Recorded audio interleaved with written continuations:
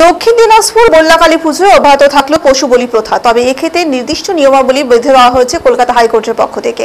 বল্লা রক্ষা কালী পুজোর হাজারো বলি নিয়ে মামলায় পরিপ্রেক্ষিতে রায়দান করেছে সম্প্রতি, যাতে বলা হয়েছে দেওয়া যাবে না, লাইসেন্স প্রাপ্ত জায়গা বা ঘরের প্রত্যেকটি পশুকে চিকিৎসার পর বলি দেওয়া হবে, সেখানে কোনো গর্ভবতী বা শিশুর প্রবেশ করা যাবে না। বল্লা রক্ষা কালী কমিটির পক্ষে আইনজীবী বিনয়ব্রত ভৌমিক বলেন, লাইসেন্স প্রাপ্ত ঘরে প্রতিটি পশুকে চিকিৎসার পর এক এক করে বলি দেওয়া হয়, যেটি গণবলির মধ্যে পড়ে না, এটি শাস্ত্রেও নিষিদ্ধ। এ নিয়ে মহকুমা শাসকের সঙ্গে আলোচনায় নির্দিষ্ট গাইডলাইন মানতে হবে, তবে বল্লায় বলি প্রথা অব্যাহত থাকলো।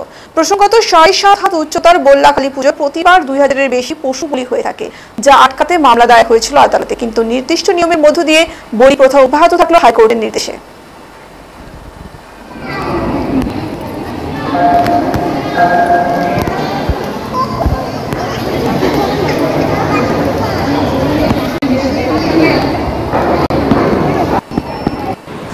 মহামান্য হাইকোর্টের গত সেপ্টেম্বর মাসের 26 তারিখের বর্তমান প্রধানপতি মাননীয় প্রধান বিচারপতি মাননীয় সুজয় পাল এবং শ্রীমতী স্মিতা দাস দে, এই দুজনের জয়েন্ট বেঞ্চ, ডিভিশন বেঞ্চ আদেশ করেন যে গত 21শে নভেম্বর 2024 তারিখের মাননীয় কলকাতা হাইকোর্টের প্রাক্তন বিচারপতি সম্মানীয় শ্রী টি.এস. শিবজ্ঞানম এবং হিরণময় ভট্টাচার্যের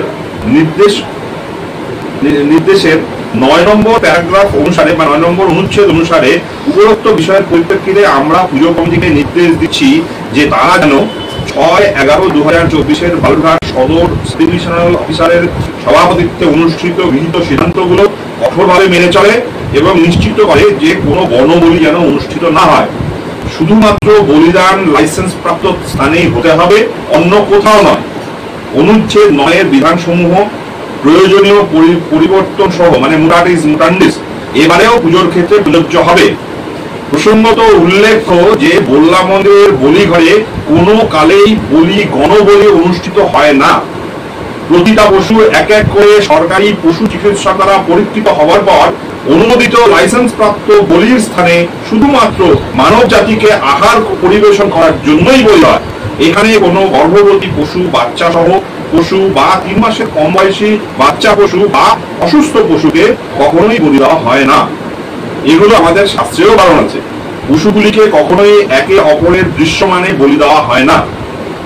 এই প্রসঙ্গে মাননীয় সুপ্রিম কোর্টের লক্ষ্মীনারায়ণ বনাম union of India and others এই মামলাটি 2023 সালে হয়। এর মধ্যে সুনির্দিষ্ট নিয়মাবলী গাইডলাইন দেওয়াই আছে, সেই গাইডলাইন এখানে বলি হয়।